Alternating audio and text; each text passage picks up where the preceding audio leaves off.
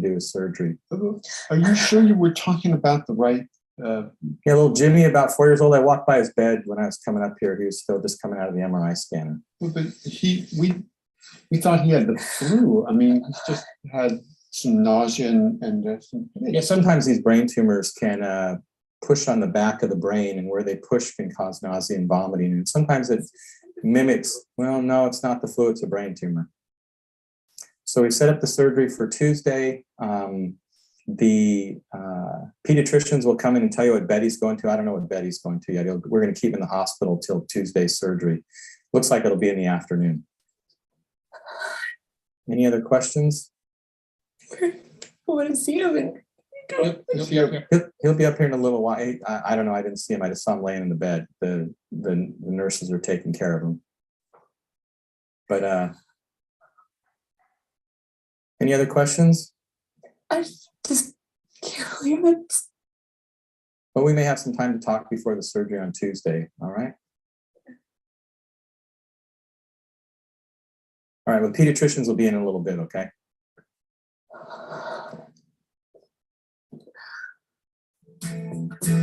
Well. Hi, Mr. and Mrs. Jones. I'm Dr. Anderson, the neurosurgeon. It's nice to meet you. Can you tell me a little bit about what's been going on with Jimmy? Well, he was sick last week, just all this week, having, throwing up and headaches and just really intensely sick and just not kicking it. Yeah. So we know there's a flu going around, so yeah. We just wanted to make sure it wasn't anything more serious. Yeah, I just worried about his immune system. And then they wanted to give him an MRI here. So yeah, they said to roll things out, but he's been gone for 4 hours. I've been waiting. So yeah. So he's been sick for about a week and throwing up and headaches. Mm-hmm. And I know you've been waiting a long time, and I'm sorry about that. They have to sedate him a little bit to get him to hold still for the MRI scan. Is he scared? Is he okay? He's okay. I just saw him, and he was basically like waking up from a long nap. So he's moving around and he looks fine. He's opening his eyes, but he's still not kind of back to his normal self yet. The nurses are watching him really closely, and everything's fine with him. I looked at the MRI scan, and I'm afraid I have some bad news for you. It looks like he's got a brain tumor.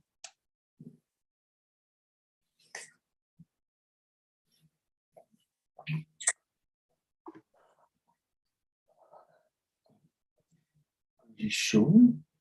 Yeah, I checked very carefully the scan and him, and it fits with the symptoms he's having. And he's got a small brain tumor back here in his cerebellum on the right side. I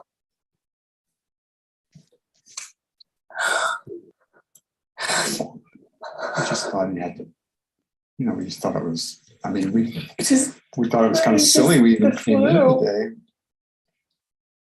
Sometimes these present that way. The little kids are sick and they're nauseous and vomiting, but it turns out it's actually pressure on the back of the brain that's causing them to have the headaches and that kind of thing.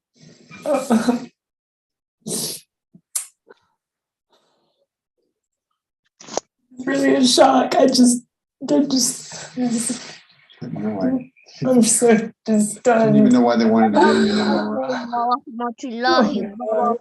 This must be really hard news to hear. Is he going to be okay? He's going to be okay. We're going to be with you every step of the way. Do you mind if I tell you a little bit about what the plan's going to be, what the next step is, so we can keep taking good care of him? So I can tell you one thing, in looking at the MRI scan, sometimes you can tell whether they're more slow-growing benign tumors or more fast-growing aggressive tumors. And the good news is it's the more small-growing benign type tumor it looks like. We won't know for sure till we take it out, but we're going to have to do surgery to get it out and try to cure him from this brain tumor.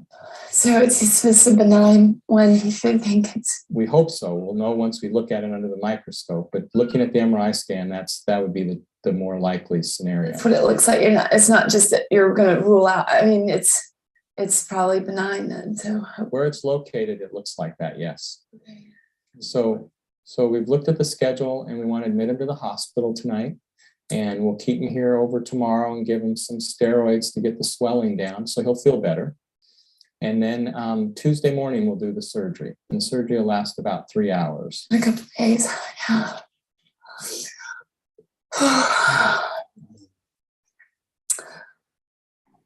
So we have to, can we see him? Is he? Yeah, he's going to be right up. The nurses were just about ready to, they were getting him all ready in the bed. And he was, like I said, waking up from like a long nap. And he's going to be up here in about 5 minutes. And I know that's a lot to take in, but what questions do you have? I don't know. I'm just so floored right now. I just, do you? How long do you think he's going to be in the hospital after the surgery, if things go okay? Things go well. He should be able to go home by next weekend. So tonight's Sunday night, so I have surgery Tuesday. Should be all right. Isma, thank you very much. I think we can stop. Okay. The idea here is very clear. If you've just joined us, Assalamu alaikum wa rahmatullahi wa barakatuh. Thank you very much for joining us. We are live on 75 W Radio. We are live on Ummah Connect, on Zoom, on YouTube, on Instagram now, as well as Facebook. And we are talking about coming out to your spouse. And that is discussing having a difficult conversation about some unfortunate news that befalls many of us, when especially you get to around 40 years of age, you get to a point where now you start dealing with particular ailments that are coming. For men, we have used the example of, say, prostate cancer, in case your prostate starts enlarging, and the particular effect that has on your confidence, on your physiology, but also on your psyche, on your psychology. What happens to you when you can no longer do certain things that you used to do so well as a man, how that affects your confidence. How would it help? How would you break the news to your partner? And then what would you be expecting to get in terms of that? Of course, now that tells you how difficult a situation, we are having to deal with. On the other hand, for the women, for example, you test, you've contracted, you developed breast cancer. Maybe it's in early stages, maybe it's in advanced stages, and you didn't know, because a lot of times we don't. We've just been watching a video on how to communicate bad news, and we got an example of how not to communicate, or the wrong way of communicating bad news. And then we went to the better way of communicating bad news. But that is from a medical professional perspective. Now, the difference is once you come into this particular scenario where, for example, you have gone in as a wife for your tests, and then you come back, with the confirmation that you've got the scary C word, you've got the cancer, or it's either your prostate for a man, or it's breast or cervical cancer for a woman. How you come to now convey this kind of information or message to your partner, and then what happens thereafter. A lot of understanding needs to happen. This is Come Let's Talk with me, Kassim, Kayira, and we are live on 75 W Radio. We're also live on Ummah Connect, on YouTube, on Facebook, on Zoom, and now on Instagram. Thank you very much to those of you who are joining us on Instagram. I can see the numbers building up there, as well as Facebook and on Zoom, where you've just joined us. So we'd like to, the way this program works is that we get your personal experiences. Probably it's about you yourself. It might even be about a person that you know. Sometimes just out of courtesy, you might decide you want to speak in the third person, and therefore go to the other person. How easy would it be to communicate, such difficult news to your spouse? It's about now, do you just, do you go out for dinner? Do you arrange a dinner and then you go out? And when you go out, that's when you decide to break the news. How do you decide to break the news? These are the dilemmas that we have to deal with on a daily basis. And of course, these are the challenges that we have to deal with, but challenges that we have definitely to touch. For men especially, it's difficult, because especially in cases of, say, prostate cancer, certain things immediately change with the man. Probably unable to hold your urine anymore. Your bowel, you can no longer hold your bowel well or long enough. You develop erectile dysfunction. You're unable to get it up just easily. So probably you might have to now start relying on things like medication and so on. Particular things, but it's also about the psyche, the psychology of it. How you start feeling manless from being fully man. And that in itself, I think, speaks volumes just in terms of the situations that we have to deal with. Surprisingly, religion has not been left out. And quite often, one thing, if you join these programs, you'll find that what normally happens is that we end up developing, even religion has come in to look at these particular situations. For example, a woman who has stopped menstruating is treated in a particular way in the Quran. The Quran talks about, a woman who has stopped her menstruation.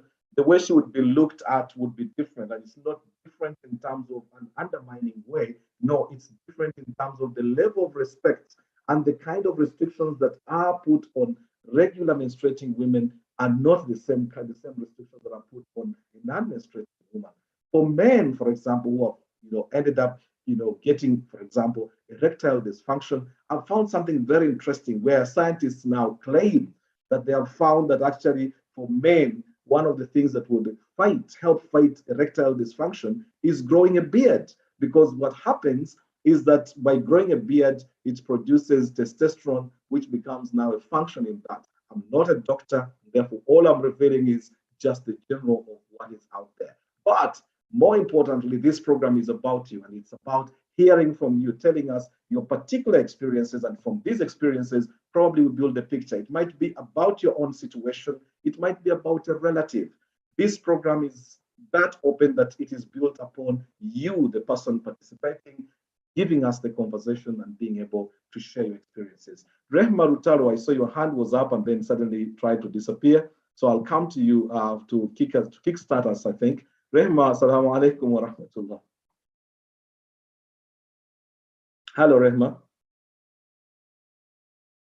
You can just unmute yourself. Hello, assalamu alaikum. Welcome to the conversation. How are you today?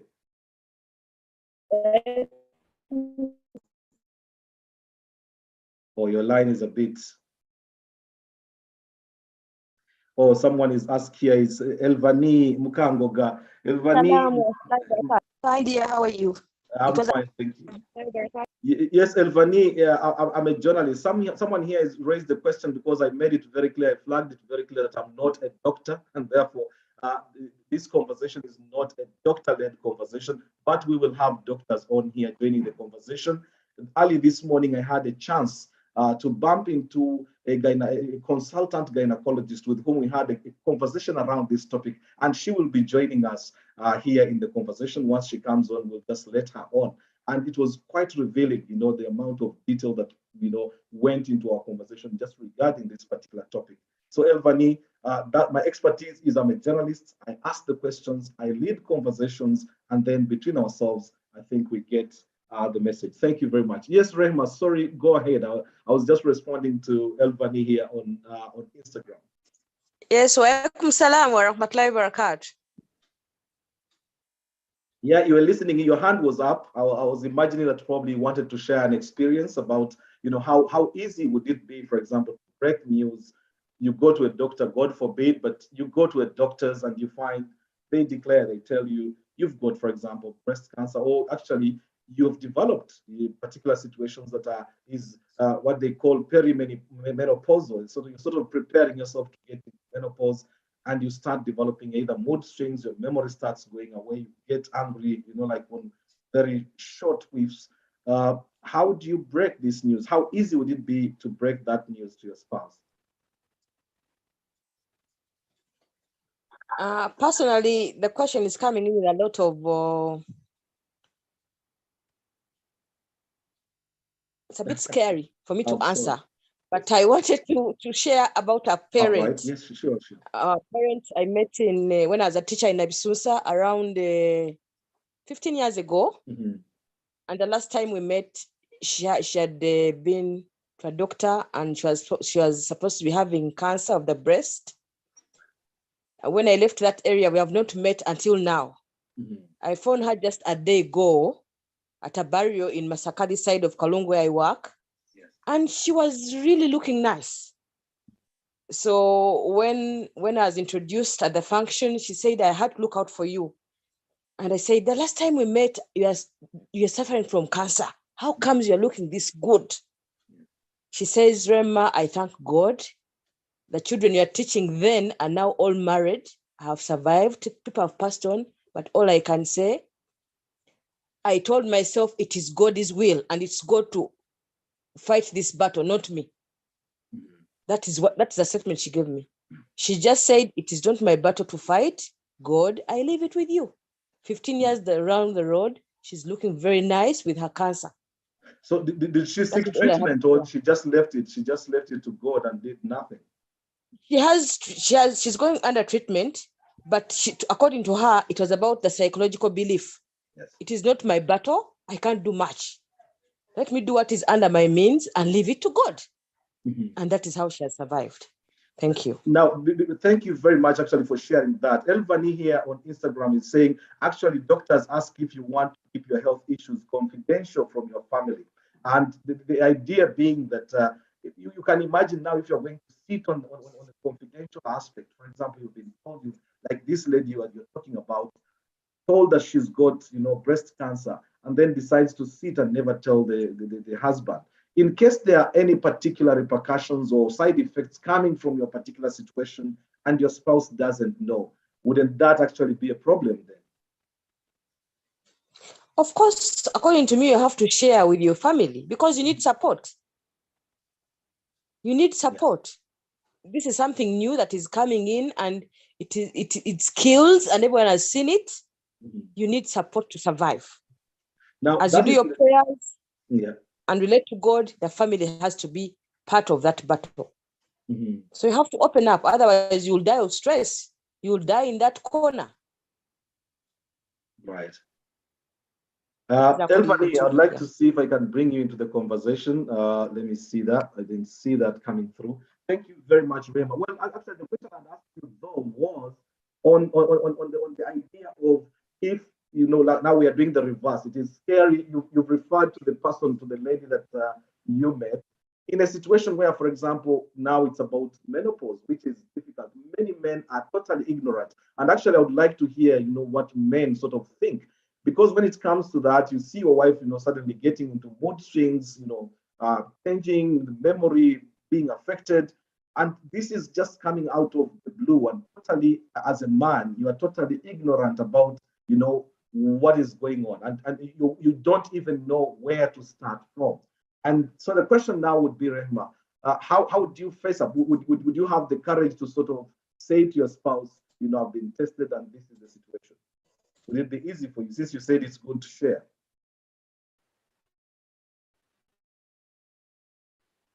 Hello, Rehma, are you there? Hello, Rehma, are you still there?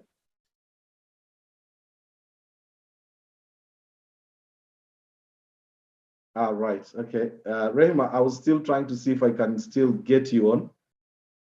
You disappeared suddenly. Okay, thank you very much. If you've just joined us, I can see more people joining us into the conversation. Tonight, we're talking about coming out to your spouse, and it's about breaking the news on the bad, breaking the bad news to the spouse as a way of living with a particular situation. And we've referred to health news, actually, is our concern tonight. There are times actually beyond that, and the doctor that I was speaking about, I hope she's joined us. I'll just check if she's already with us, because I can see a name that seems a bit unfamiliar. So maybe, I don't know if that's how she logged in, but she's a consultant gynecologist. And in this conversation that we had, she said that in another line, her job is sort of to break news, to speak to parties or spouses whose children, sort of the pregnant wives, their children have like severe deformities, and she has to communicate this information to them. You can imagine now you've been looking forward to getting a child, your wife becomes pregnant, all the expectations, all the hopes are so high that finally, here comes the baby that we've been waiting for. And mid-pregnancy, she's called to the doctor, she goes for the usual antenatal clinic. As she gets there, the testing is done, and then it is found that actually the child, the fetus, has got severe deformities. Communicating this information to the person, would you rather have your husband with you, or maybe went just for the regular checkups and that's when the information comes? Husband wasn't there. How do you come to break that news to them? How do you take that step, that courage to be able to make that conversation or break the news. It can actually be very devastating, but how you manage to get around that is very important. James Mwesigwa, good evening. Hello, James. Hello, James. If you can unmute yourself, please. Miss Mwami Mwesigwa, are you there?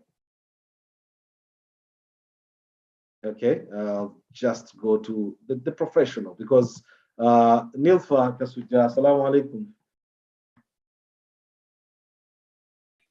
Wa alaikum salam wa rahmatullahi wa barakatuh. Good evening, how are you today? I'm okay, thank you. How are you? As you came on, we were just watching a clip where we were getting two instances, a doctor revealing or breaking the news, sad news, bad news about cancer conversation to a family, and sort of bringing them the news as to where they were. We saw the how to do it, how not to do it, but also how to do it. As a professional nurse, I'm sure you've come across situations where you've had to break bad news, bad health news to families. How do you do it? What's the best way to do it? The best way to do it was the second way. But sometimes we say there's no really best way because it's hard in both cases. But the first one was really unprofessional and he didn't have any empathy at all. Yes. So that is not the right way. But the second way was good. But does culture play a role in this? Because in some cultures you might find that if you come, for example, in the West where we are living now, you find that the level of openness, the way people discuss issues, they are so open about in the discussion of issues, as opposed to as compared to, say in Africa, where, for example, there is always that fear of hiding things. You'd rather keep it. It's our secret.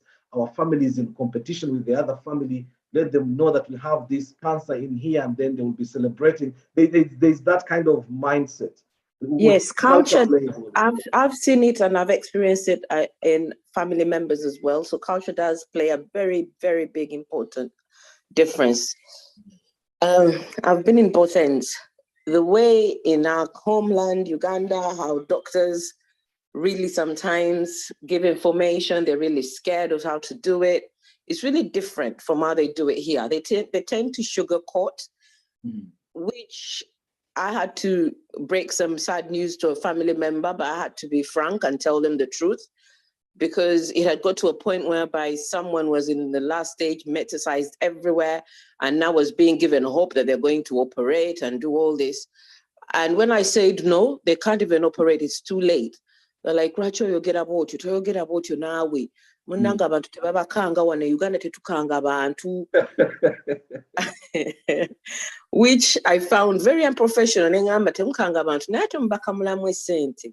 Omuntu muleka be ne time jasigaze ntono with the family, then actually just making this person suffer. So you see those culture differences in both the West and our end. Yes. And it is a hard on battle. On Instagram, Mama Akestino says, I think it is good to tell them, but you have to know in which mood your partner is in before breaking the news. Because when it gets to a partner, then the story is sort of different, because this is the person that you've lived with for much of your life. And you're sort of coming to break this news. You don't know how they are going to take it. Often you've really got to be sensitive. You might think you know the person well until such devastating news comes in.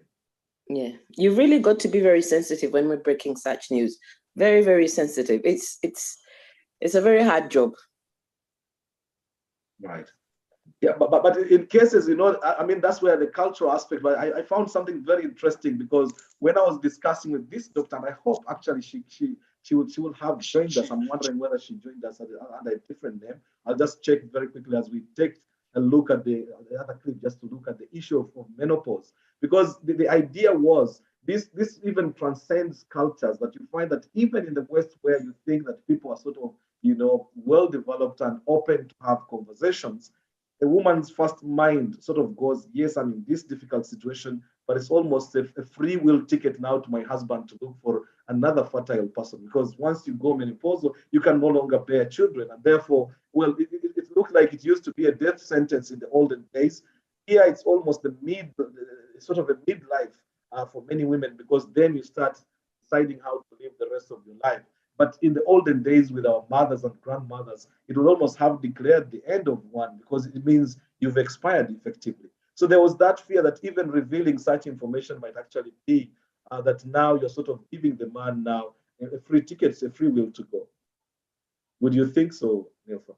Yeah, I think so. That is very right. All right, I see Chacha's hand is up. Thank you very much, Nilfa.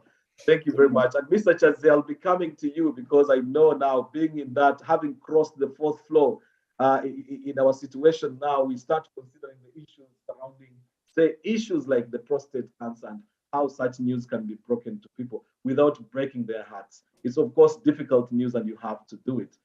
Chacha, please come in. I see your hand is up. Hello, Chacha. Assalamu alaikum wa rahmatullahi wa barakatuh. Wa rahmatullahi wa barakatuh. How are you today? Alhamdulillah, how you doing? Alhamdulillah. Yes, you've just had the difficult conversation we are having, but one that must be had. Your own take, please. Look at the menopausal aspect of it. And because there's a paper I did and different people that I interacted with that were going through that. And I think I had different information about these people that I can share. Yes. First of all, Chetrina as Africans or Ugandans for this case, yes, our men may not be educated about the woman body and the different stages a woman goes through. Most people stop at adolescence, that again through what? Menstruation, that's it. And most men don't know that there is something that happens during the cycle after menstruation. As that day, what has that day, then what happens to her and her body. So the fact that they are not should I say educated about that or informed? Informed, that makes it so difficult. And then when I was studying, I got to see that when you look at marriages and divorces that happen, usually the age is 40, 45, or about 50, and you're like, why is she divorcing? Why is she going away? Yes. Why is she going away this time? You know, I'm like, all this time, and they found out that menopause stage is also affecting most marriages and bring up break and divorce, especially if your marriage yalimu craxy katono menopause na ingirawo definitely zigenda widening and most people are gonna give up.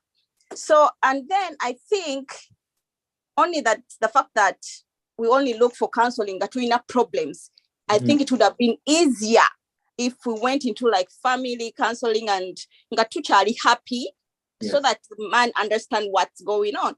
Because, for example, myself, I would say the past, I think, 2 months, I'll be in the house. It's cold. Hot. I'm feeling hot. I'm feeling hot. Then I started joking. I'm like, menopause.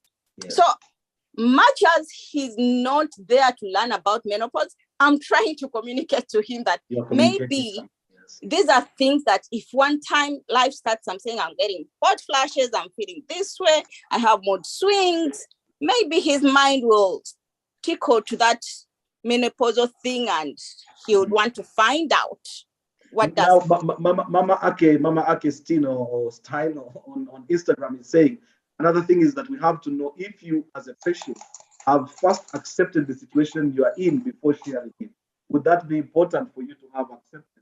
You actually go into share to accept the situation? There might be a denial on your part as a patient. I mean, you've been told, yes. Today, I think women are more informed, and even the fact that this menopause happens different in different ethnics, because Asians and Black Americans and these other people, we don't get it at the same stage or age range. Really? Are hitting up very fast. Then there are those that even who hit 50 and they've never gone to 55 and they're still fertile, can have their children. So it's also different for different ethnics. It also depends wawasawa over, you know, over ne gundi. Should I say genetics? Our genetics are different. So it's going to kubera differently. But I would say, like, if we should go for counseling once in a while, because as we grow to chuka, we no longer act the way we used to be, ngatuchali mo 30, hyper, that early thing, and find out why is my woman this way. When her body is changing, they should tell this man, you know what? She's not her. She's going through a hard time. The Katinga Bono Gamba, forgive me, someone with dementia. You may be angry taking care of this person, but the person does not know. They're finding it hard. She's in a different world. So if my husband gets to know that I'm finding a hard time, then he should also understand that these are my hormones making me even act the way I want to act, or don't want to have sex with you. I'm dry, I'm this, I'm hot. Jacobi Bedi Kava Sagala. So if he gets to know that she's having a hard time, she's not her. Then now, Chacha, do you see Mama Ake's point though when she says, I can't see the idea of acceptability, because some people are in denial. You live in denial, and I wanted to bring Sophia as well to have to talk to you, because it looks like you raised the point and she felt like she wanted. Yeah, but then the denial thing to check, I'm going to see. But as a woman who has gone to school, you know that your body is going to go through those cycles, just like death is a constant. So menopause and those things have to be there. Anyway, it's too much. Nayenga, it can be helped, and a man can understand. And you discover different things of how to handle yourselves, much as she's in that stage of her life. Assalamu alaikum. Rahmatullahi wa barakatuh. Stay there, because probably Assalamu alaikum wa rahmatullahi wa barakatuh. Sophia, it looks like you wanted to tap into. Yeah. Everyone reacts different from certain news. There are some people who get early menopause, like they're in their 30s, 30 something, 37, 30, whatever. So there is that concept of denial. You can say we are women, we are this, is expected, but if they tell someone they're in their 30s, they don't even have children, you are in your early menopause, there is that bit of denial. However much you can say that, we are women, or we can accept we die. So imagine someone hasn't got children and they tell them now you're in early menopause, you're this and that, you're getting all these hot flashes and this and that. So as we, like nurses, when you're breaking bad news to people, there is a certain way you're supposed to break news to them. So you sit them down, you talk to them, some will accept and others won't. They'll be in denial. But that concept of denial is always there in some people. And it's not easy to someone to come and break to you like, you having early menopause.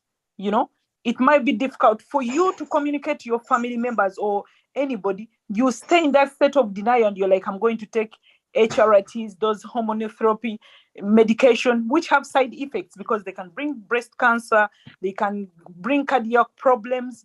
All those problems, you combine them together and you're thinking, oh God, what is going on? But after sitting down, if you have an understanding partner and you sit down, talk about it, it can help. But denial is always there. In any situation, denial is there. Now, Sophia, thank you very much. I actually get sort of the feeling, but now you have a partner who is totally, we are not very well informed about women affairs, the sort of things that happen beyond probably the menses, the menstrual periods that they go through per month, which you actually even sometimes don't want to take a keen interest other than knowing how many days it is. There are men who are like that. We are definitely getting to an age where we can no longer sort of afford to do that. We need to know more than that. How you break this news to your partner, how would you do that? Because I see Charles Chazi is coming in and I'd love to get his take on that. How would you break the news to your partner?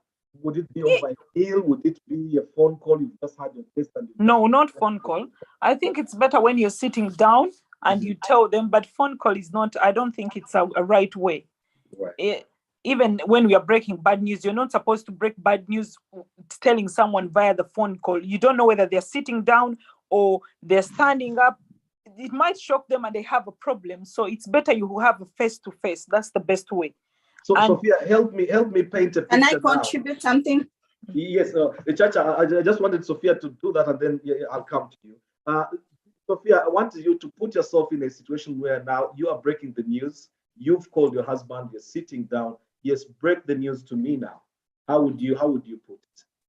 Yeah, of course. I would tell you whatever the doctor told me, and what are the signs you get to know, because as she said, the previous speaker, that some men, even African or white or what, some don't know the signs of menopause, and you tell them I have hot flashes and this and that. You list for them some things, and you tell them what your doctor told you, because when you get to menopause stage, you have to consult your doctor. You talk to your doctor, and the doctor will give you advice, and that's the way you can, from there you go and speak to your partner, because you have to break it to them, either you like it or not, because of course they will understand you. Some will be understandable and others won't take it because they're not well informed, but they have to accept, because as some men don't know that women are going to get hot flashes, low sex drive, and all the rest. Even we are going to have like bone problems, so you'll be on medication if you accept the medication, the HRT. Chacha, come in. So you need to communicate to them. Yeah. One thing I would advise, if I were, or what I do, in case I'm going through my physicals or doctor or this, I'm not feeling well, first of all, I'll let my husband know, right? I'm going to the doctor. So every time I go to the doctor, much as I would expect him to ask me, how was it, all this, I'm going to let him know different tests that I did have. Yes. Different tests that I did have, I went through this, they did this test is for this. So I'm trying to prepare his mind. Much as me, myself, I don't know what is going to come out. But the fact that symptoms, my mind is saying,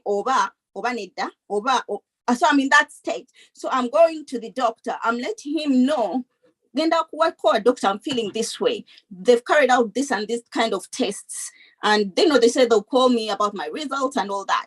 And in this case, since the doctor is not going to break your news just like that, boom, in case they called you in, definitely. Do you want to go with somebody? This is if you guys having a supportive husband, which I should expect people should be having, because my life, your mind person, they're gonna call.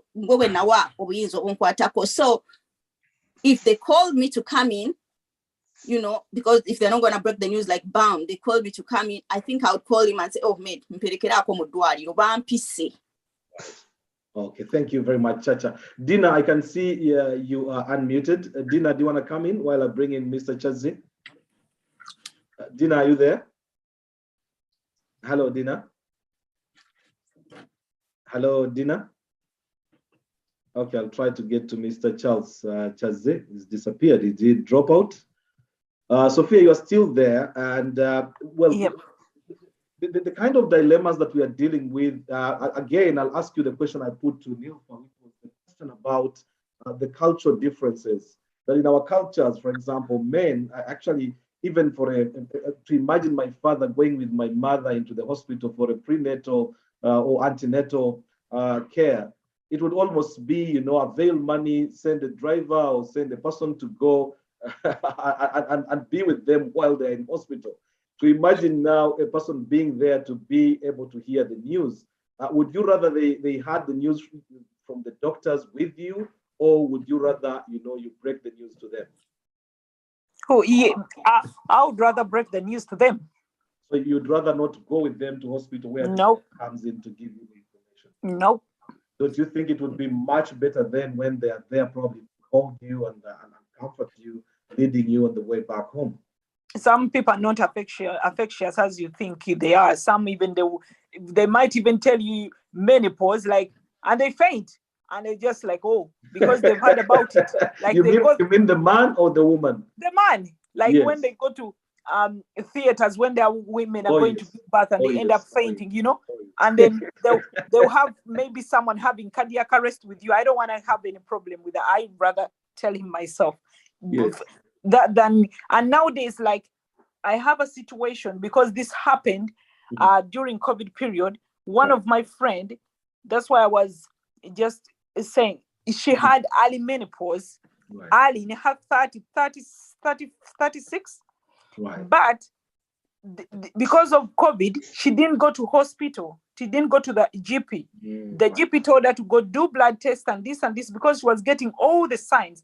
And she was like, I don't think, because she was still, she was like, no, it's not. And then the GP broke the news via the phone. And she was so confused. You know, when you feel like, oh my God, I don't have it. What is going on? And she called and she was like, well, is it true? You know, when you're questioning, you know, is my GP telling the truth? But the GP, the way the GP broke the news, because it's not face to face, she asked, are you sitting down? This and this, you have someone around you? And she said, no, I'm at home and this and this. And she said, I want to talk to you about certain thing. Is it okay I speak to you? And then she said, yeah, that's fine, speak to me. And then he was like telling her what is happening and this and that. But she was in denial. Like, as I said the first time, she was like, no, it can't be happening to me. You know, that is early menopause. But she said when she told the husband afterwards, he didn't even know and have any clue about menopause. Yes. So that's why we need to inform our men, educate them. I don't know how we are going to raise awareness. Like, as we have the mental illness and people will say like, those are for white people. No, we just have to and Sophia, I can't thank you enough, because this is the reason we are having such conversations, because a lot of times we'll be attending darasas, we are learning about religion and so on, and the real lives that we live, you know, daily, situations like these are not touched, and that's why we come in to have these conversations. And when we get people to open up and, you know, sort of give these live examples, I think it sends a message. Any man that is listening to this or watching us now, I'm sure will start, you know, considering, because sometimes you don't even think it's about you or it affects you until it gets to you. Then you wish you had actually known a lot better. If you've just joined us in the conversation, this is Come Let's Talk with me, Kassim Kayira, and we are live on 75 W Radio, live on Uma Connect, on Facebook, on YouTube, on Zoom, and now on Instagram, where Lina is saying, I would wish to talk to a psychologist before I get any advice on how to bring it out to my partner. Messages, lots of messages in the chat room. I think if you are shy to talk here, you can actually always share your messages in the chat room and we will be reading them out. Abdul Karim says it's good to preempt the scenario and outcome to internal and external environments. Very complicated English there. Rahma says he should come with you to the doctors, and I think that's what Sophia said, that when there, some might want to be able to go to the husband with that, some might not necessarily want to do that. Number has just joined us, says Assalamu alaikum wa rahmatullah. Welcome, and you are in Germany at the moment. I see a hand up, I'll come and take that. Chacha says exactly, Rahma, and then, but it all depends on the relationship between you two, if it's healthy, and it might not be, why not open? So that is husband and wife, the kind of relationship that we all. I prefer being open than hide away. Menopause is a natural process. Women shouldn't shy about to tell their husbands about. Exactly. And actually, a lot of times, actually, you'll find that many women now are sort of taking the courage and talking about this. But it was taboo before that. Mona, if you are there, I'll just bring you into the conversation. Assalamu alaikum. Wa alaikum assalam wa rahmatullahi wa barakatuh. And how are you? How are you in Germany? It's a long time since I was here, but sometimes I listen to you, or sometimes I miss it. Yes. But no, we are already back. We've been away during Ramadan. We've just come back as well. So this is the first program. You didn't miss much. You're back. That is great then. Yes. Let me tell you, you people, I don't know why women, most of us women, fear to talk about what happens when you are a woman, when you go to your periods, or when you have a problem. You as a woman, you need to seek advice from the gynecologist. Tell your man, so that he knows it's not a crime for him to know what is happening. And it's important to go with your man when you are going to see the gynecologist, because moreover, there are some people who may be, when they are seeing male gynecologists, others females. It is important to move on with your man everywhere you go for health reasons, because they have to know, he or him has to know your status, and you also have to know his. You have to But be Mona, there are moving some people. together. There are some people in, for example, and here culture still plays a very key role. It might be that you found your own man, and therefore the way you relate is different. There are these things where they find the woman for you, and then you have to start learning them. Along the way, a situation like this comes. So probably you didn't get to open up to each other as much as probably you should have. And therefore, finding a way to just communicate this becomes difficult. How to come out to just explain. They should learn from now that it shouldn't be difficult. Right. You are two people, two adults. Oba bamukulabidde oba gw'omwerabidde mulina okuteekawo embeera nga muyina mwogera ebibakwatako mmwe ng'abantu kuba mubeera wamu. Kiringa omwami w'okulwala nga tomanyi kiki kyalwadde. Gw'olyawo mu buliri weebase naye naye mulwadde tomanyi kyalwadde. It is very important to have a healthy communication to an extent of our health, both of you. Olaba kati penga geno osanga everyone goes with a wife goes with the man in the hospital. The husband goes with the woman in the hospital. Both of you are moving to payer. Yes. Tewali bya muntu kulwala notamanya kiki kyalwadde. Ate era ne bw'oba ogenze wekka omugamba ngenda mu ddwaliro. N'amanya nti ogenda mu ddwaliro. Bw'akomawo ng'omuntu omutegeevu akubuuza bagambye batya mu ddwaliro. Chacha is saying here, imagine you don't know what medication your spouse is taking. That is what I'm saying. You have to know. They have to know. Because for me, if I get a problem, my husband even knows what medicine is supposed to give me when I have immediately. Obulidde kiyamba nnyo abakyala n'abaami mwenna baganda bange bali abaami n'abakyala kirungi nnyo okwogera ku bulamu bwammwe mwababiri wamwe mulina abaana oba temulina kubanga all the health issues these are natural phenomena ezigwawo mu bantu kubeere musajja even there are men who nabo abaleba abasira nga tebazaala naye ng'akimanyi tazaala naye ng'asirise tayogera naye omuntu bw'omugamba ate akubalamu amagezi nnyo owulidde. But for me like in my case we are a childless couple, but even I don't feel like I don't have a child because I know children are given by God. He knows too children are given by God. Owulidde kibeera kirungi ne mubeera nga munyumya ku bintu ebibakwatako omu bw'aba omulwadde omulala nga si mulwadde mulina okugendera wamu olyamanyi kati omukyala bw'oba otuuse mu ebiseera nga tokyasobola kuzaala kubanga otandise emyaka egyo egitagenda kuzaala ng'ogenda okuzaala obeera olina okugamba omwami wo n'amanya. Lwaki alina okumanya? Kubanga wabeerawo ebintu ebijja mu bulamu naye nga togenda kubijja kubeerawo lubeerera. Naye ate n'omwami naye bakugamba tokyamuka mangu kulowooza nti ate kano bakagulu kagudde kwani owulidde obeera ng'akagulidde ku pata.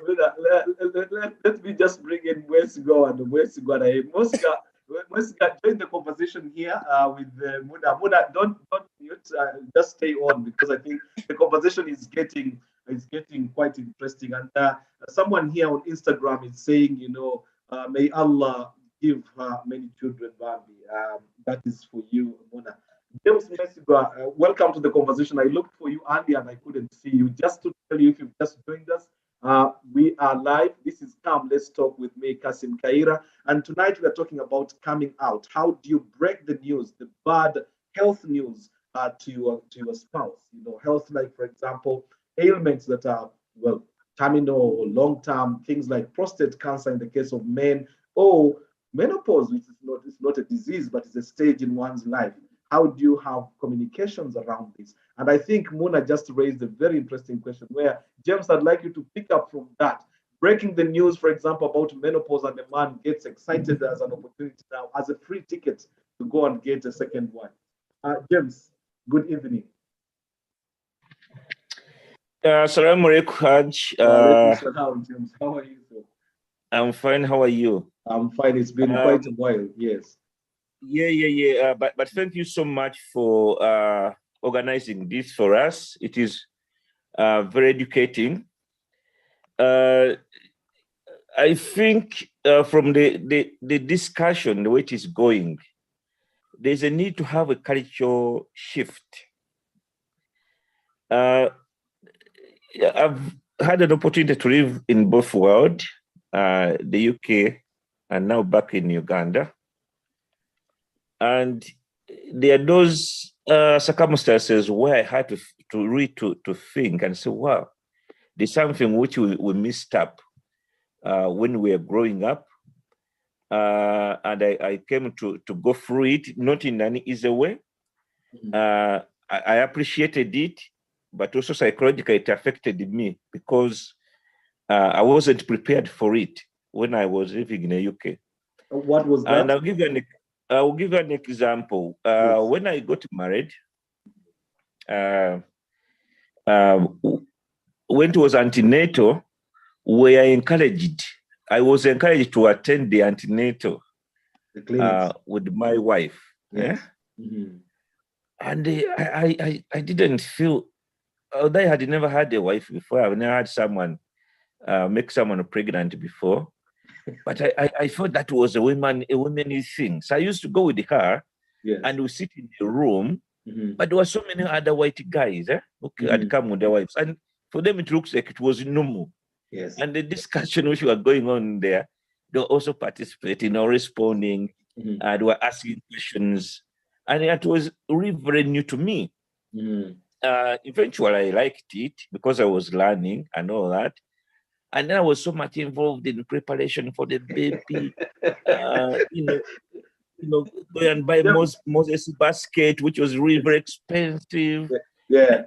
It was so nice because I liked my wife. It was my firstborn son. And we had to go to and they interpret the scans for both of us. Yes. Yeah. And James, do you know why I'm laughing so hard? Because I got this experience. I mean, we started when we got married. We moved to Rwanda, and that's where our working lives started from. And it was the first time that I actually had the experience of having to go into hospital and be there when my wife is just about to have our firstborn. And I couldn't enter into the delivery room. I was just pacing around, near the labor ward, just running left, right, and center because in my heart. And I think this is what Sophia had spoken about, men being taken into those situations where doctors reveal, for example, results. Some men can actually faint. And I thought I would easily faint. The first time I actually went into the delivery ward was when we had twins, and I went and I held them. With the other children, just be by the window watching it, and my heart is just beating. I would feel better after that. But the tension that I had before that, sort of building into that, was just unbelievable. So I can sort of see where you're coming from with that particular experience. Yes. So it came a time when she was in labor. I escorted her and went to the hospital. We stayed there. She said, "Oh, she's not yet. Go back home. Wait for now." When we went back home, she got into labor again. This time we called the ambulance.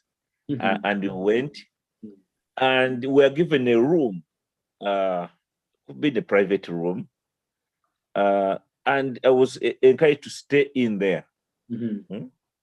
How did that feel for you? Well, it was difficult because now, as labor pain is intensified, I could feel it myself. As she was struggling, yearning, sweating, the midwife was there to assist, but I was there watching. And I was told you can take photos, you can take videos, you can take just by ourselves in there. Okay. And the labor took like the whole day. Wow. So psychologically, I was affected. And I have to tell you, it affected the way of it cut off the number of children I would have had. All right. Because each time I thought about that, I said, well, I don't think I'll be able to go through all this again. So I only have very few children simply because of that. I saw the woman crying so much with labor pains, sweating. She couldn't do much by herself. They called in even a consultant gynecologist to come and check on. So I just saw a thin line between death and life. and Yes. having Did that make you appreciate your wife a lot more than following this? Yes, and that's why I don't want to take her back to labor ward all the time. Yes. To the delivery room, to the delivery table all the time, because it looks like you must understand that delivering the baby is not just going there and get a child and come back. Now I came back home and I'm working in a hospital, and I've seen these guys who send the drivers to come and drop off their wives when they are pregnant. They don't attend. They don't attend antenatals. Yes. And when their wives are ready, they don't come. They send drivers. They give drivers cars to come. They don't even come to check on when their wives have delivered on the baby. They send the driver to come and pick up their wives back home. Yes. So you can see the difference in the way the culture, the different culture in the UK and the culture and in Uganda. Now, James, I'm taking you to now the difficult part, which is now communicating this difficult message. God forbid, but you went for a test and you were told, for example, you are developing a prostate cancer. Would it be easy now, considering the kind of relationship that you've built up with your wife coming from the labor ward? Would it be different on how, would it be easier for you to convey the message, and how would you do that? Probably now, let's role play into that situation. Yeah, I think from that experience of the UK, we have a very good relationship of sharing with my wife. Even if just going down to the hospital where we are right now, I escort her. If a child is sick, it doesn't have to be her to take the child to the hospital. I can always pick up the child, take her to the hospital, have a discussion, get treated, and we come back and I share with her what has happened. So that's no longer a barrier, I think, but it's because of the UK experience. That particular exposure that you had in the UK now helps you. Sure. Probably would have still had the same mindset had you not traveled to the UK to get there. Definitely. Brilliant. Definitely. So MK Mayanja says the extent of opening up to one another is also affected by the nature of marriage, whether it is polygamous or monogamous.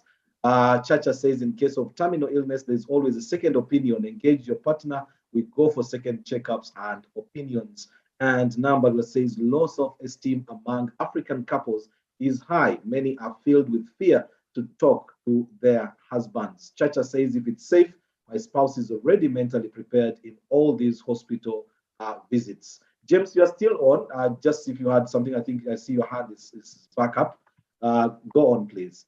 And I'll bring in, I'll widen up the conversation. If you've just joined us, this is Calm. Let's talk with me, Kassim Kayira. It's your global community conversation where we talk about all matters, politics, economics, health, and so on. No topic is out of bounds. The only difference is with integrity, with respect to whatever. So we never have, like shoutings or throwing words at each other, but we have conversations.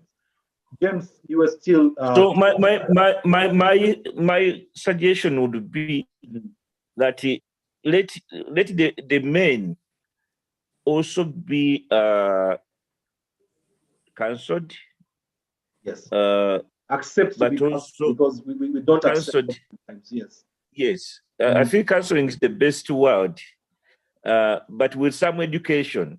And this doesn't have to be when people are already old.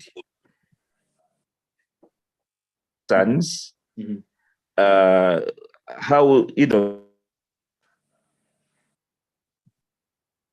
Oh, James, I think your network is crackly there. I've seen Hawks and Rahila. I want to come to you, and I've seen Bakia mailing. Let me come to Bakia at first, and then I'll come to Hawks. Bakia, if you can unmute yourself, please. You've been part of the conversation from the very start. For Jadiro, I would want to come to you as well. How do you break the news to Mjara? They've just said prostate cancer setting in. how do you convey the message? It's a difficult conversation to have. Or the menopause. How would you react to that? Bakia, if you can unmute yourself, please. Hello, Bakia.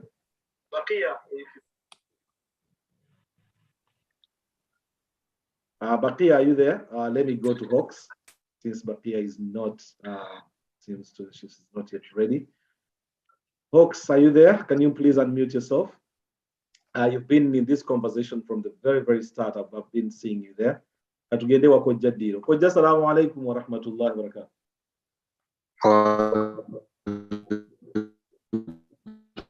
Oh, network. Network ngampulire kankana. Okay, hopefully now getting better. Problem I am in Uganda now, but the problem is very bad. It's the network. It's the battle. The network is very bad. Yes, no, I can tell. Okay. It's coming up. Network is so bad. Oh, subhanallah. I wish we could have you. I wish we could get to hear from you. Okay, I'll just go to Aida then, as we hope that the network might improve. Aida, assalamu alaikum. Wa alaikum assalam wa rahmatullahi wa barakatuh. Yes, welcome to the conversation. Eid Mubarak in retrospect. Belated Eid Mubarak. How was your Eid? Alhamdulillah, my Eid was good. Alhamdulillah. Okay, good to know. Now you've been listening into the conversation. You've had the Not two sides. much, because I was driving. I saw you coming in. Yes, I saw you. Yes. I'm going to just a little bit a question. How is prostate cancer comes with menopause? Because menopause is not a disease. Yes. But prostate cancer and breast cancer, those are deadly diseases. Yes. Why did you compare the two? The reason we are comparing is one, for example, if you look at menopause, the sex drive drops, there are mood swings, there are hot flashes, there's a situation of dryness that comes in which affects the sexual life of a woman. Really? Oh, well, now I didn't know that. Better open your ears now and listen. These are the sort of, and actually, probably I forgot to say to the people participating in the conversation tonight, the reason I really thought this was important for us to have this conversation tonight was after a popular TV person, Davina McCall, who many of you will know, he's done a very lengthy documentary. It actually has 3 series on Channel 4 and looking at menopause and her own journey, because she became perimenopausal, then went into menopause. She didn't know, she had no idea whatsoever about, what causes, but she started seeing herself actually getting memory loss, these mood swings, throwing things down and just getting angry out of the blue. And she had no idea that these could be some of the telltale signs of menopause. And because living with a couple, and actually now I'll put it into context for you. If you look at prostate cancer, exactly the same thing. The enlargement of the prostate, one, it affects the psyche of the man, but also the physiological aspects of him. The ability to, if they get erectile dysfunction, so getting it up, for example, for men becomes really hard. So they would have to go into drugs like Viagra or blah, blah. But also the sex drive as well drops, and it becomes an ailment. So while menopause is not a disease per se, it's a condition, it's a phase in life where particular decisions have to be made. And this is the reason we are having that. Oh, sorry. Because I said to myself, menopause and prostate cancer. No, but it was just one example, because like breast cancer, cervical cancer, they're all in there. All we were doing, we were looking, because I was using menopause because of the strength that comes with the menopause, the sort of reactions that immediately come in. Because for a woman who has gone into menopause, the idea is you are infertile, you can no longer bear children. What are the implications for a relationship? Some men will just jump and say, my wife can no longer have children. I'm probably planning to have children. Sophia came in with an example of a friend who is just in her late 30s, and she was told she is now perimenopausal. She was getting into menopause and she hadn't had any children. There is that panic suddenly. In a relationship, how does that go down? But it's also about the kind of relationship. Once this information has been communicated, how do you deal with it? What are you expecting from your partner in terms of support? Because it might be that if I understand that the hot flashes, the mood swings that my wife is going through is a phase in her life, understanding comes in, and actually that makes a huge difference. Does that make sense, Aida? It does make sense, but Sheikh, depends on the particular person, because I have a few colleagues at work. These are nurses. Some of them, they've gone into menopause. Like I have one, she went in menopause at the age of 36, but she's still with her husband. Yes. And no, she's but I didn't mean that now you leave the husband. What I'm saying is how that affects your relationship, and that's why we're trying to say if men understand what happens to women in those particular situations, it might help us as men to understand better and therefore be there for our partners, as opposed to when you don't know. And in an African setting, actually a lot of our cultures have a lot to play in that. I'm sorry to say this on the on the group or on the Zoom, but this one, she's totally different. Yeah. She's very, very hyper. You mean sexually? Yes, she is, because she would tell you, I don't know what's going on with me, She's already in menopause, but she would come, nurses, they discuss so many things. That's why I say depends on people. She's very, very hyper. No, but actually, the thing is, it affects different people differently. So while for some, the libido might go down, for others, it might actually, sort of get exacerbated, as you're saying. And that might be one of the conditions, because I'm not a medical professional. I'm just using the examples like you have brought the life example, and we are building into that. And Rehma Rukalo here in the chat says, it all depends on the value attached to your relationship. If you are friends in addition to being a couple, being a couple, each of you will always address issues openly. I like the story James shared, but it doesn't depend on the part of the world the couple comes from. It's about the way you relate right from early part of the marriage. And actually, that's where I was saying that in some instances, they get your wife, you just get to learn about each other as you are staying. So it's like pay as you go. You're sort of learning as you go. To open up over certain things now becomes difficult. There are still people who have to switch off the light before they can have a conjugal relationship. For which if there are people who are still at that stage, then you can sort of appreciate where we are coming from with that. But for me, if my husband comes and tell me that I've got prostate cancer, we talk about it, and depends how our relationship was. It's not a taboo that I'm going to walk out. We'll sit down and talk. But that goes now to the level of acceptance on his own part, because it may be that by him acknowledging or revealing to you that they've got prostate cancer, what that implies, there might be denial on his part in the first place, but also worrying that if I tell my wife that now I've got prostate cancer, that might actually sort of lead her away to another man. That actually might be another fear that some people might have. Depends your relationship with your wife. Yes. I'm going back there. Depends on the relationship you have in the house. If you've been so close, you won't find any difficult to talk to your wife that, oh, listen, I've got this. But if you've been a little bit sometimes apart, you'll find it difficult to come and talk to your wife that, oh, I've got this and this. Thank you very much. That's my opinion. Yes. Assalamu alaikum wa rahmatullahi wa barakatuh. Salam wa rahmatullah. Rehma, your hand is up and I'll come to you. Let me try to bring in a man quickly while I get you ready. Mashood Sebagara, you have been there. I need to hear from the men, and Abdul Karim Mugabe. Whoever is much readier, then go. Mashood, you've been there. Sebagara. Assalamu alaikum. Hello, Mashood, are you there? Nilfa Kasuja is saying communication is the key aspect. Okay, Rehma, let's come to you while we get Abdul Karim Mugabe ready. Yes, Rehma. Yes. Go ahead. Kassim, the group on forum. Personally, I think what you're addressing does not come overnight.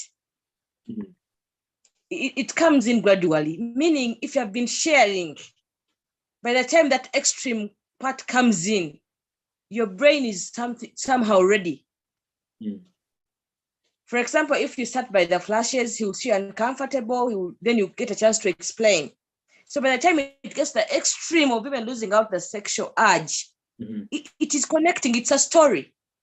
It doesn't have to shock someone unless you have not been communicating or you have been pretending like some ladies do and take some drugs to be more functional or what, that can be a problem.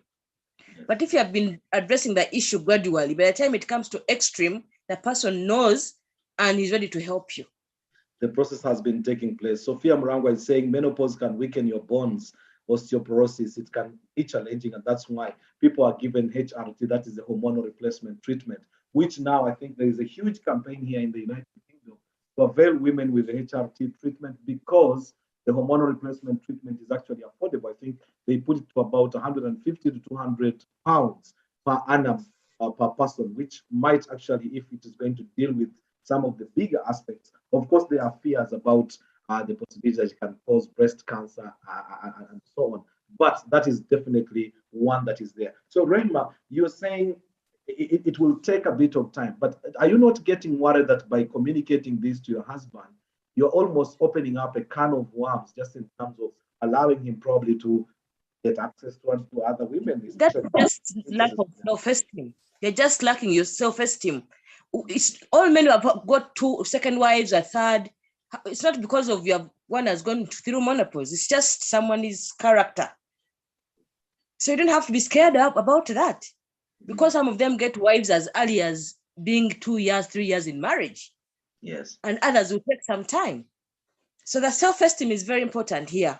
Mm-hmm. Whatever comes your way does not depend on whether you're sick or you're not sick. It's the man's character. It's his urge, and you can't do much about it. Now I've had a lot. Please go ahead. Go ahead. Sorry. Another way we can help our partners these days. Media places such conversations. So every time you see something in that line, post it to them. Encourage them to read. I liked this. You can pick a leaf from this, so that it's not sudden. We are lucky. We are living in a century where everything is at our disposal. Mm-hmm. So instead of wasting time with Facebook and those funny things, sometimes pick such concepts. Someone shares something nice, pass it over to your husband so that you prepare them in bits by bits. By bits, yeah. So by the time something comes up, they are prepared for it. They have read about it. They're informed. Fantastic. Thank you very much. Renma, Neil Focus is saying this has been an eye-opener. We should really do some education regarding menopause to our men. And actually, really, this is very important. Joeria is saying, everyone is different. Some women become sexually active while in menopause. Partners need to support each other. And I think this is the essence of this conversation tonight. It was not just about throwing menopause into your faces and prostate. It was more about having this conversation, having these discussions that we don't normally, open up to, especially for men. I mean, for men to discuss their sort of sexual situations, there's nothing that really puts a man down than his inability to sexually, operate, erectile dysfunction. And yet there are ways around that. But because men are so private in such manners, even seeking for help becomes a problem. And this is one thing that we need to be breaking, the taboo of silence over matters that could have solutions. And conversations like these actually help a lot. Let's go to MK Mayanja. The conversation is Let's Talk with me, Kassim Kayira. You are live on Facebook, on Zoom, on YouTube, and on Instagram starting tonight. Of course, the topic is coming out to your partner, and that is about breaking bad news or bad health news to your partner. How do you do it? How easy should it be? And very many people are joining us on Instagram. Thank you very much. Let's bring Mayanja, Muhammad Mayanja. Assalamu alaikum. Assalamu alaikum wa rahmatullahi wa barakatuh. Assalam wa rahmatullahi wa. I'm sure you've been listening. Muhammad Mayanja from Kampala. Thank you for this.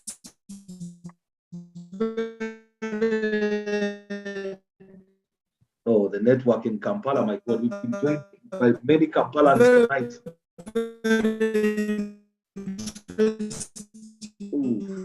Debate, and I just want that I made about are you hearing me, moderator? Yeah. Yes, I am. Okay, so the issue I was trying to bring about is the HIV status. Okay, yes. You find yourself, you are HIV positive, and this has a lot of implication. First, you are going to reveal to your partner that you have been dishonest. Okay. Because in most cases, if she's not the one who, passed it over to you. Then you must have been involved in some dishonesty, case. And then how are you going to manage your marriage relationship after you have revealed that one is HIV positive? That has a lot of issues. Should the marriage end there? Should the marriage continue? If the marriage continue, are you able to manage the sexual relationship and so on and so forth? So it really becomes pathetic, and it has a lot of implications. Muhammad Mayanja, thank you very much, because actually you bring into the conversation something that we have been discussing a lot, things, yes, some of them like prostate cancer might be terminal, but we had actually not touched this idea of HIV and AIDS and the ability, actually that one had a lot of stigma in the start, in the beginning, it had a lot of stigma attached to it. But the fact that you are communicating to someone that I'm not only sick, but without a shade of doubt, with very little doubt, you would also be, have contracted the HIV virus, which consequently leads to AIDS. How you reveal that information? Let's go into a role play situation. May God forbid, but if you have been told you are HIV positive, how do you break that news to a party?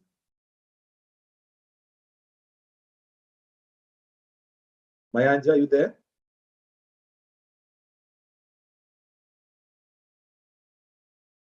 Hello, Mayanja, are you still there? The Kampala network. Complicated the issue. Right. Alhamdulillah, personally, I have not, passed through it, but no, I think it would be interesting to hear what the other people are saying. But in case it happens, and that's why we are sort of role playing, you go there and you're told that you have contracted the HIV virus, God forbid. How do you break the news to your party? Well, first and foremost, you have to break it, because if you don't break it, then you are going to make her even sick, which is very, very unfortunate. So under any circumstances, it is inevitable that you have to break that bad news.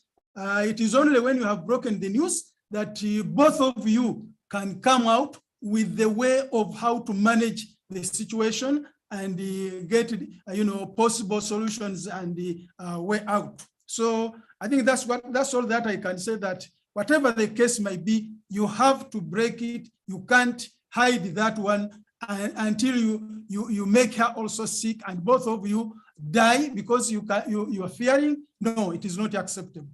So, but that's where Mayanja, I was trying to ask you to sort of role play, and I'm saying God forbid, but you've been told. How do you break the news? Because I think that's the sort of the barrier that we are trying to break tonight. That we've had situations where people have gone in, they've tested positive, but we're now trying to say, we are taking it one step and saying, how do you break the news? Now you are in that situation, and I'm saying again, for na'udhu billahi min dhalik, may God forbid, but you've been told about that. How do you sit your wife? Do you sit her? Do you call her? Do you write her a letter? Do you disappear and then send a message somehow? How do you do that? Because you know what's about to come. And then I'll come to Abdul Karim. Thank you very much to the people who have joined us on Instagram. I see the numbers growing. Dr. Kipanga from the University of Dar es Salaam, Isma, Van Zaid, the Harvardian, Faiz Kays, Solomon Katende. I can see all of you. Thank you very much. Just like we have many people here on Zoom as well as Facebook Live. The conversation seems to be picking a lot of steam. Mohammed, I'm getting your role play on that one, and then I'll go to Abdul Karim Mugabe. Well, first of all, it is important when you are going to reveal it to prepare the mood to ensure that at least you have got the right atmosphere for revealing it. Secondly, you may also start with the good relationship, the things you have enjoyed together, how you have lived, how you have always been close to one another, and so on and so forth. Some of the past touchy incidents that you have got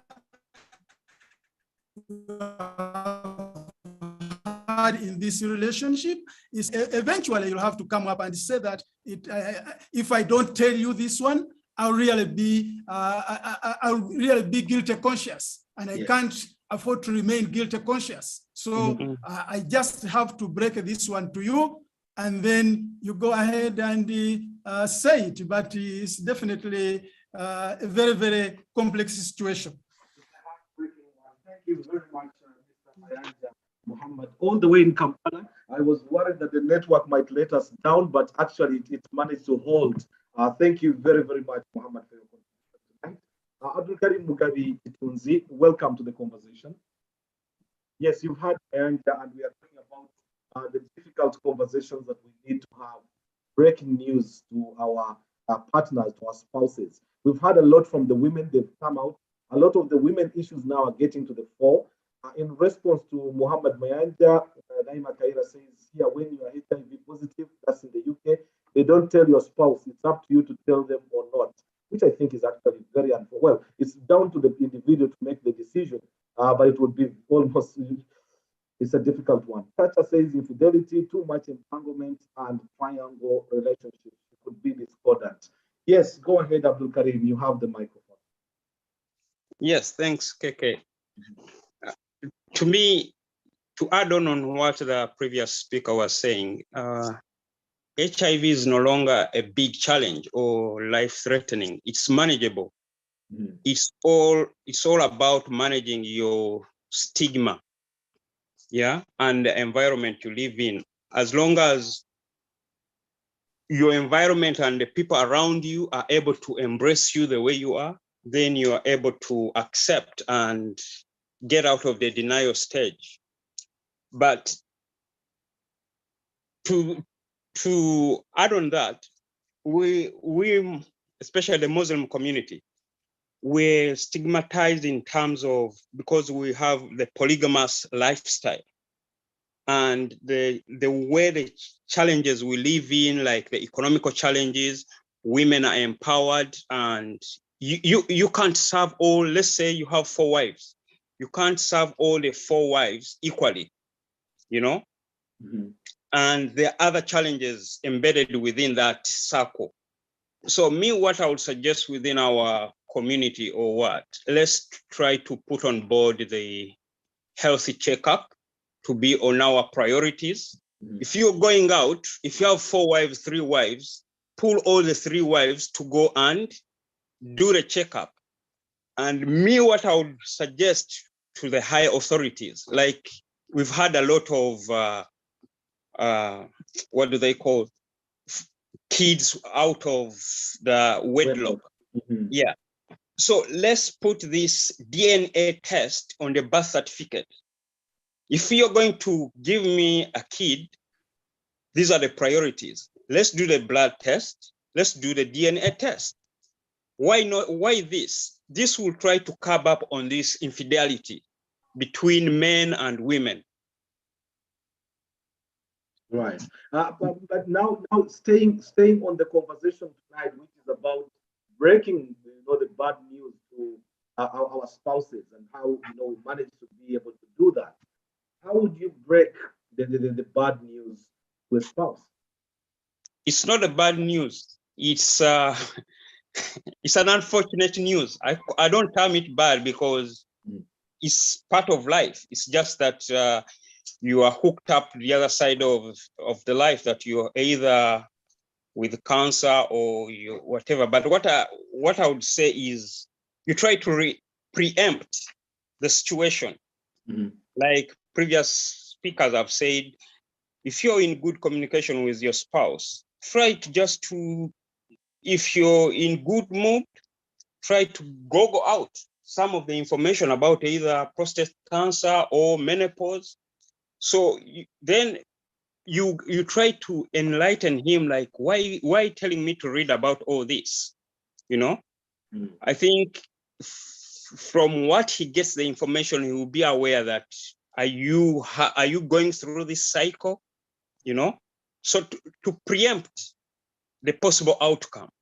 And if you're going for any checkup, try to bring him on board. That's the best way.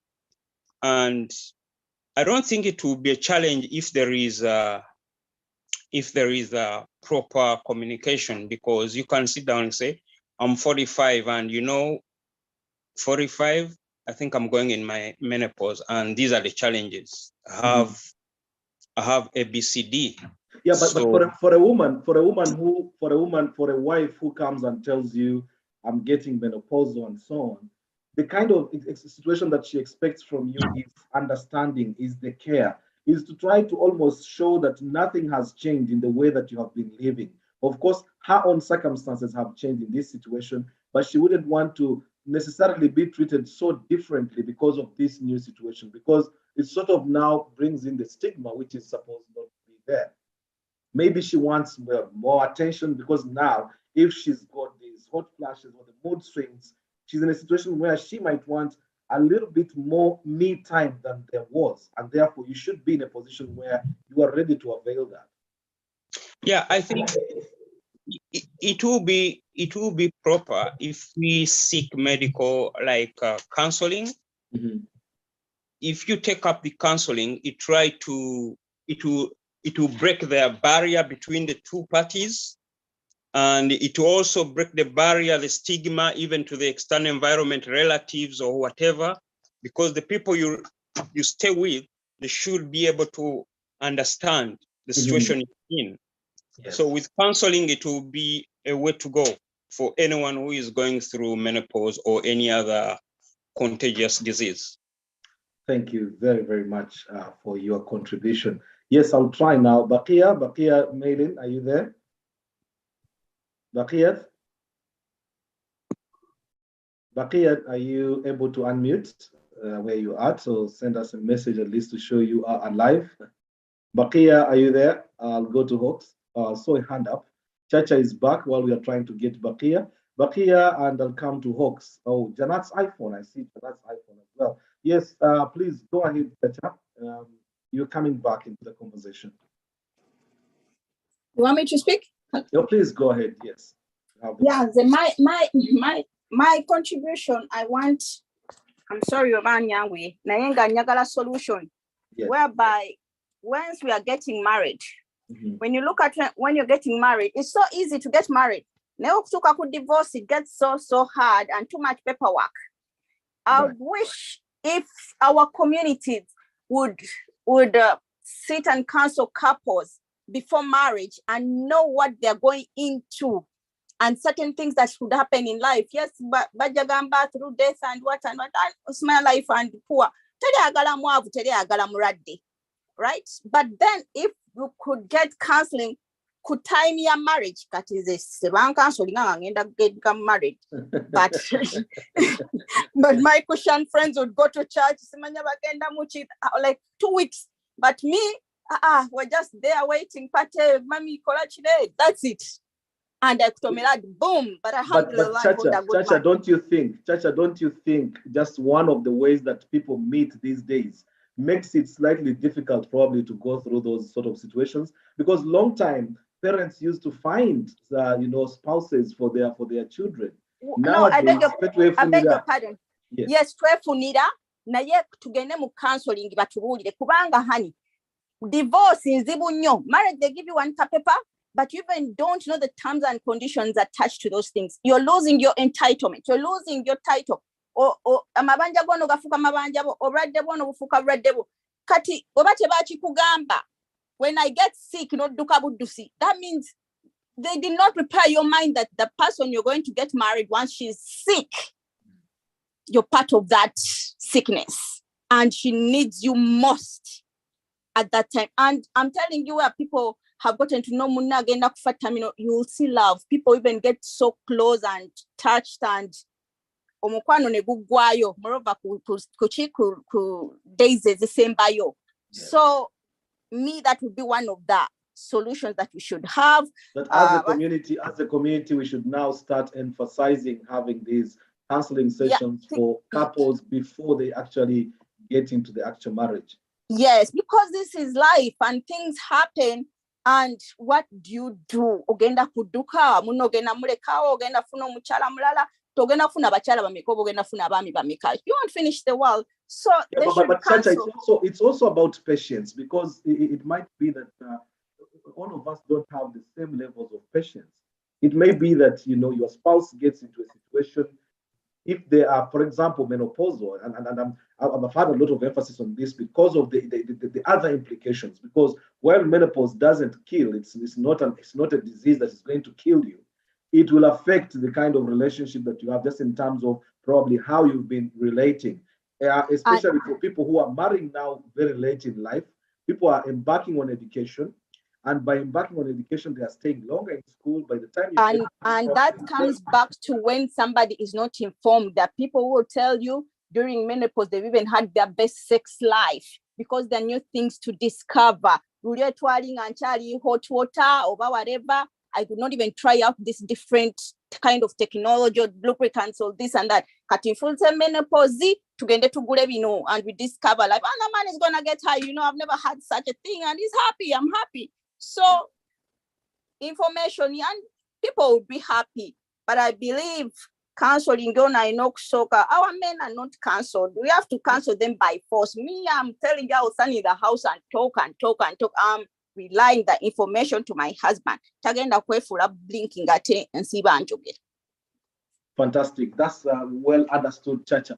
The issue then is, of course, now are men ready to take on the mantle of getting the counseling? Are they happy to be a part of that? Actually, Chacha, you will be surprised that sometimes because of the frustration, some women now stay longer, like in school, they go after their careers. By the time they come to get married, the pressure is way too much. You don't even have the time to seek this from a man. You're just saying, Akiriza al-Fatiha. Just run quickly and just get it. Atabo career women bagala nyo counseling. Musajja tagenda mu therapy, I don't want. That's what career women are saying. Career women are gonna say, if this man doesn't accept counseling therapy, no, therapy is not for problematic people. Therapy is for healthy people. I believe a career woman would be saying that. But the problem is our men not accepting. Right, lovely. Thank you very much. I'm bringing Sophia Murango again. I'd like to bring in people who haven't spoken yet. So I'll just be wrapping up. I can see the time is, oh my goodness, 13 minutes to the end of the show. Very good conversations going on Instagram. I can see my sisters. Are you understanding that having HIV came from infidelity? I think there is about the conversation that has been taking place in the chat room saying, someone was saying that AIDS is different from menopause. One is by choice and the other is natural. Somebody else is saying, no, not at all. None of them, nobody I think would go out just to seek to get HIV. So if it happens out of infidelity or not, I think nobody would go out and the aim is just to pick up HIV. Sophia, you have the microphone. Assalamu alaikum wa rahmatullahi wa barakatuh. Alaikum salam wa rahmatullahi wa barakatuh. I think even it depends on an individual and how we cope. Our coping mechanisms are different. Yes. You might cope in a situation that you see is very easy. And me, I won't even cope. I'll faint. Like the situation of some men going to labor wards and they faint or they have a cardiac arrest. And others, they'll be fine. They won't even have that problem. So in this situation, some people, when they get menopause, their reaction might be different. And others, it will be like, okay, I know I was going to get it. And they take it cool. But that is how we say, even like if you're looking after people with cancer, you might find a family when they break the news and someone like the video you're showing, someone will cry and others will just keep silence. They won't say anything. That's the way they cope. And they will say, oh, she didn't say anything. But that's her coping mechanism. So even this menopause or prostate cancer, everyone is coping differently. So a man might withdraw or they're in denial. Others won't even talk for a while, and then after they will talk. So it's individual. It depends on an individual, and our coping mechanisms are totally different. So Sophia, I'll put this to you. There's here. Uma Connected was saying sexual libido is low in women during menopause. Somebody else comes in. I think Hajat Joe says no. It just depends on some people. There are some people actually who get hypersexually active once they are in they are menopausal. How do we find the balance now between these? Let's assume, for example, now the woman becomes hypersexually active. The man is on a slow pace. How do you reconcile these two situations? Or probably a low sexual libido, and the man probably wants to continue their life the way they've been living. While we are trying to understand each other, where do we draw the line in terms of finding balance between the two? You talk to your partner. Because it's like a partnership, isn't marriage is a partnership. It is. So yeah, you communicate. It's not like if you're sexual active now, you're gonna go out there and find other men. No, you have to communicate. Communication is very, very important. So you communicate and you sort it out.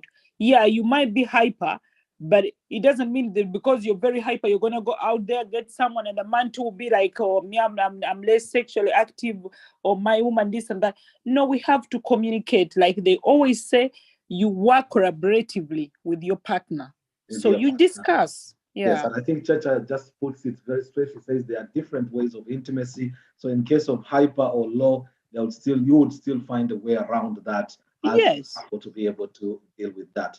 I've heard from very few men. I thank the women who have actually been very, very active. I think A70 at some point is the one who had raised the issue of AIDS being about infidelity. A70, I'll bring you in as we wrap up. Assalamu alaikum. It's A70 there. Hello, A70. Right, why don't I just go to Hajat Joy all the way down in Gillingham in Kent. Hajat Joy, assalamu alaikum. Hello. Hajat Joy, are you at work and unable to speak? Fine. Okay, as we try to wrap up now, I'll just try to see who we have spoken. Oh, I'm at work. Yes, understood and appreciated. Let me bring in Rahila, who is actually Idris Ibn Yusuf. Idris Ibn Yusuf. Hello, Idris. Assalamu alaikum. Hello, Idris. Wa alaikum assalam wa rahmatullahi wa barakatuh. You and Joy Mutesi ndaziwa we turangizanyije na Idris Ibn Yusuf here ube witegura. Noneho sikizi ikinyarwanda cyane cyane. Oya ntabwo ari ikinyarwanda cyawe ni icya Joy Mutesi nateguzaga. Ego. Bite Mutesi. Go ahead, please, Idris. Yes, we are talking about men being resistant to the idea of getting support and counseling, but also about dealing with this difficult news. You are on take. SubhanAllah, I've had part of it, but I can't really comment anything right now because I just want to, I think, to contemplate about this issue because I've had it from even my family, but I can't really because I was really green about what I was really surprised is the years of the women. I thought maybe this problem is for 60s, 55 years. I thought as well. I thought menopause just sets in at 55. That was always the golden age. Exactly. 37, I think that's quite scary. Exactly. So I was really surprised to hear one of my family member, he was experiencing the same thing at 47 years. Right. So I thought maybe he wanted to inquire, maybe to get some help from the healthy help, but up to now he said she can't do anything. That's it. Yeah. Okay, noted. Thank you very much. Shukran, jazakallah khair. I'm sure you've been listening to the conversation. It's been one very interesting conversation, I should say. Thank you very much to all that have participated so far. Uwamahoro's iPhone is there. Uwamahoro, I think you're all the way in Sweden. Am I correct? Assalamu alaikum. Alaikum salam wa rahmatullahi. Imeza yanyu. Just as you come in, I'll just read this quick message from Rahma, who says, my dad isn't coping with prostate, and I believe the nature of the test has even made it difficult to get him to see a doctor for further tests. Yes, and there is menopause. Okay, Uwamahoro, Lina, you are there. Yes, welcome to the conversation. Thank you so much. You've been listening in, and you are a lot more active on Instagram. Now you come into the main Zoom one. Yes, your own take about the conversations I've been having, breaking the difficulties. Yeah, I think all in all, couples has to have communication. Communication is the key, actually, and understanding each other, because what is coming, menopause, it's something unavoidable. We all must have that. So we have to communicate, we have to understand each other and love each other, because it is something which we shall have, which we are we have actually to get prepared. Men, you have to understand that it is something which is on the way coming, and you have to accept your wives the way they are. So It's as a wife, God's as a woman, how do you prepare for that you know is inevitably coming? Because I know, like, all of us know that we are going to die, but to say that I'm preparing for death is one difficult one. We sort of almost pretend that it's not coming. I mean, like Rahma in the chat room is saying, I worked with a girl who became menopausal at 30.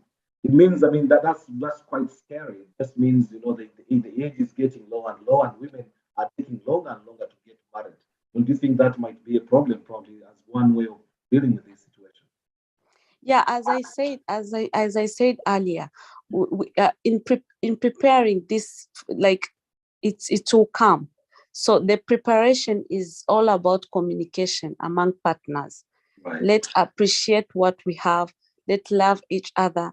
Without that, nothing can happen, because it is a situation which is coming, and preparing it. It's loving me, loving you. You know, wait for it to come.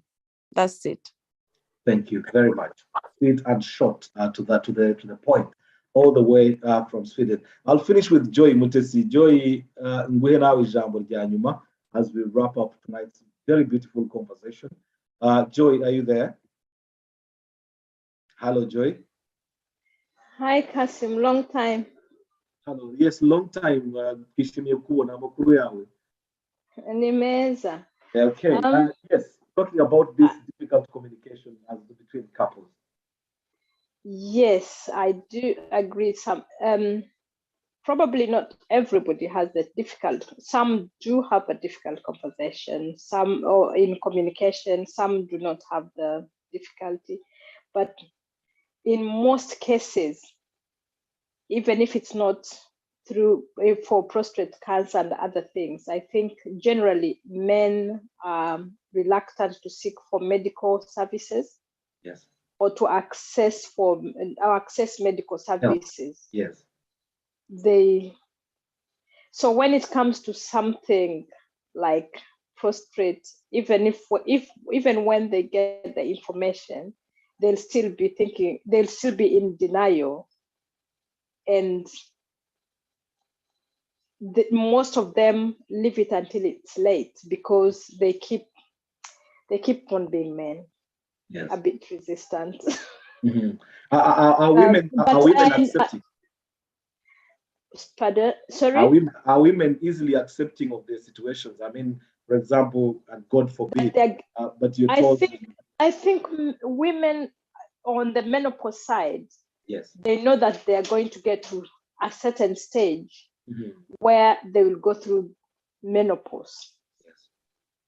Maybe they wouldn't know the onset signs when it's starting, like the hot flashes and all that, because I don't think there's a lot of awareness in that area, even though they know it's a stage in life. But I don't think people have created enough awareness for people to know, and especially with the reduction of our age nowadays. That's why people are getting through menopause early. It's either because of the diet we need, the nutrition, the way our diet is nowadays compared to what it was before. That's why you will get that girls now at the age of 9, 10, they are starting their periods, whereas in the old times it used to be during their teenage. Yes. So everything is coming lower. That's why the menopause has come so low as well. So we have to get prepared as couples, the women themselves, but also the men who are their spouses in that particular situation. Thank you very much, Joy. It's been a very wonderful. I just had another question. Oh, please go ahead. I know you've discussed prostate cancer and menopause. Do men also have something like that, like menopause? I don't know what womenopause. Womenopause. Or is there menopause prostate cancer? Man can actually bear children. My dad died when he was, I think, 82, but at 77 he had twins, so he was still having children. For men, there is no menopause. However, in cases, say for example, of prostate cancer, The libido does, fall. They can get erectile dysfunction, which might actually affect their ability even to function, and therefore that might be the effect that actually comes on. But quite often for men, we are there, like throughout. The servicing is on till kingdom come. And that will be a very good point probably to sort of wrap up tonight, where we are saying very good words from Peter, who says, stop worrying of situations we have no control or can change. We leave it in the hands of God. And actually, she mentioned the issue of sperm count, which reduces, especially in the case of prostate, because you get that as part of the coming into the disease as it develops much further. Therefore, the likelihood of even fathering children might be difficult. But a man can still have children all the way till they drop dead. And surprisingly, I was just saying that some research has also shown that for men, one of the ways to deal with erectile dysfunction is growing a beard, because when you grow a beard, there is production of testosterone, and which affects and has an impact on your ability to function. Last one to Sophia. I see a hand up, and I was just about to say goodbye, but you seem to have something that is burning. Go ahead, please, and let's wrap up. Oh, assalamu alaikum wa rahmatullahi wa barakatuh. Thank you for allowing me to speak. Please, I'm just sending this message to all the men out there to please go for their medical checkups, because they send you letters and you refuse to go. I did my research when I was at university, and I did prostate cancer, and the barriers where there, especially black men, Asian, they don't turn up, and by the time they turn up, it's too late. Just I'm advising you, please, when they send you a letter, go for those checkups. They will help. Assalamu alaikum wa rahmatullahi wa barakatuh. Wa alaikum salam. And what a fantastic way to finish. It has become clear men have not cared so much about their health. It's about time to go and check out on that. But also, I think ultimately, regarding tonight's conversation, it's about bringing understanding between the couples. Whatever the situation, if it's a man dealing with, say, prostate cancer, or a woman now having to deal with, say, the onset of menopause, or even other diseases like breast cancer, in that situation, I think what needs to happen is absolute communication between the two parties, finding the right time to communicate it, and then getting together to live through those difficult situations. Thank you very much for making it tonight. This has been Come Let's Talk with me, Kassim Kayira, and we've been live on 75 W Radio and on Oma Connect on YouTube, on Zoom, on Facebook, and for the first time, but for a continuous time, on Instagram, where we've had big hit with people coming in to join the conversation. Thank you very much. Just in case you missed this program, you can just watch back, just go to Uma Connect on YouTube and just look for Come Let's Talk with Kassim Kayira. Thank you very much for making it a very beautiful and conversational night. Hope to see you next week on Tuesday, inshallah. Assalamu alaikum wa rahmatullah. Have a good night. Wa alaikum assalam wa rahmatullahi wa barakatuh. Good night.